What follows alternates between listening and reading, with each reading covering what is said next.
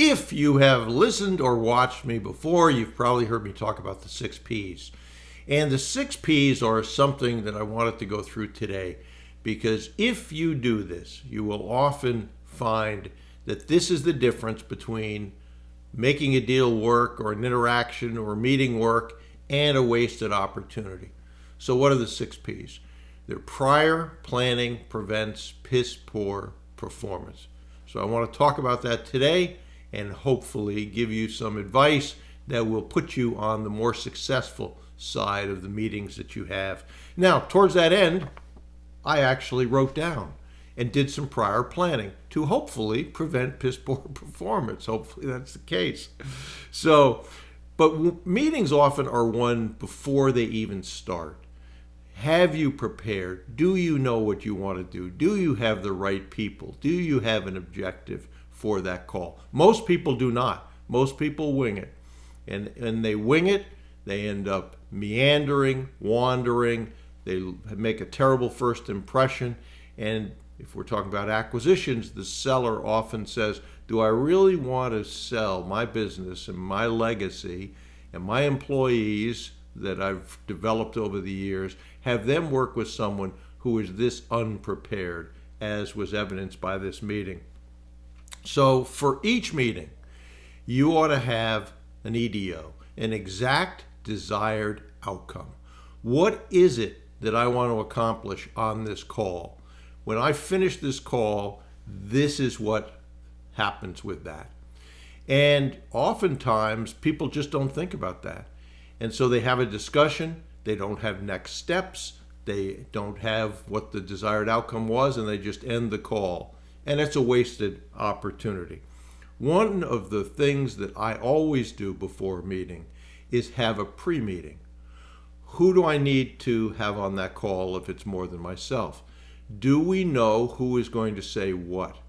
Do we have, essentially, for lack of a better word, a safe word? If one of us sees that something in the call is really going off the rails, how do we stop that person from continuing in a way that isn't strange on the call? And you can certainly do that, and I've talked about that before. So let me give you a couple of examples. One, back in my corporate career, we had made a presentation to a large automotive customer. I ended up bringing a sales trainee with me. We flew across the country. We stayed in a hotel in the evening. We went in the next morning. We ended up sitting down with the purchasing agent, did a little pleasantries, not much, asked if he had reviewed the proposal. Yes. Asked if we were going to be awarded that business. The answer was yes. I said, okay, any other questions you have? I don't want to take too much of your time. Obviously, you're busy. He said, no, it was a great proposal. Looking forward to working with you. I said, okay, great. And we ended the meeting.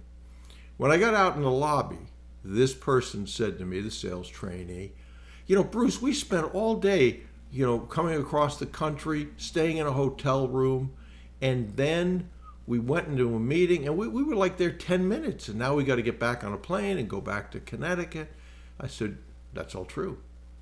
But what was our objective from the call? It was to review the proposal if needed, ask if they had reviewed it, and if they made a decision. And if so, were we awarded the business? And if not, then we would make another play to try to get the business. But the answer was no. You were awarded the business. So I said, what was our exact desired outcome? To come review the proposal and hopefully be awarded the business. We achieved that. More than one person has unsold an opportunity.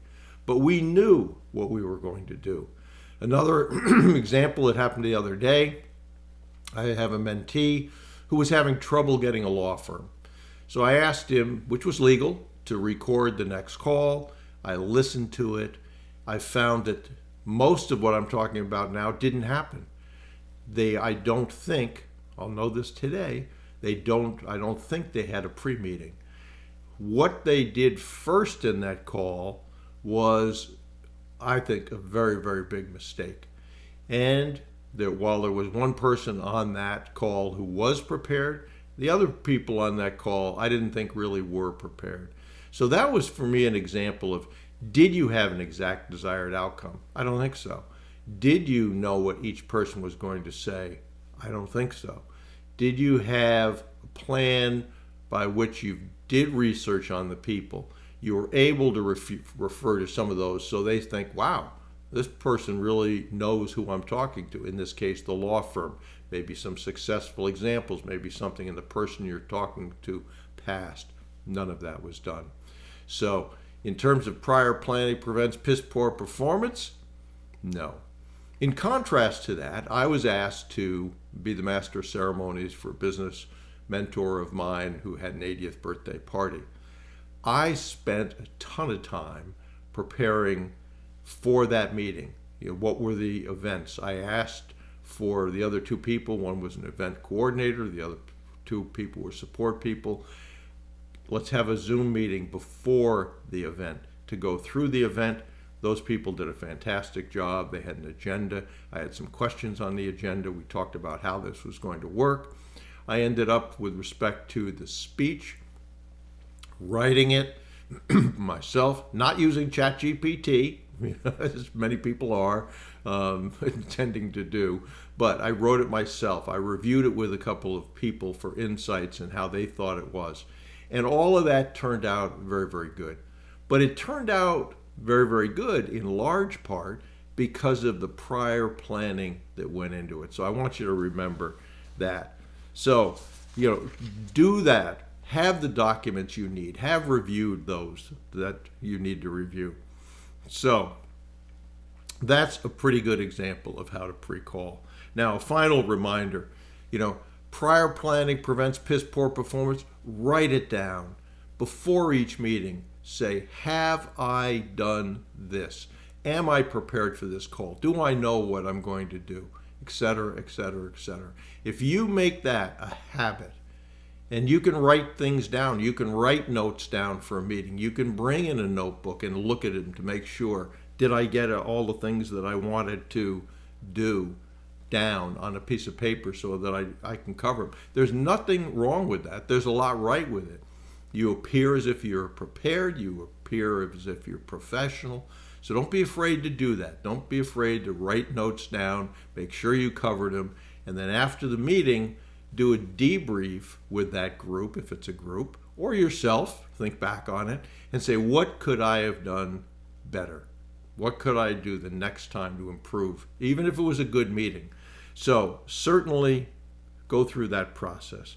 And then if these videos help you, go over, like and subscribe, go over to brucewhipple.com. If you don't know the steps, you should know the steps of business acquisition, and the boot camp is the best way to do that, the Acquisition Advantage Boot Camp 2025 edition. But prior planning prevents piss poor performance. Write it down, follow it, and your meetings will be much, much better going forward than they have likely been in the past.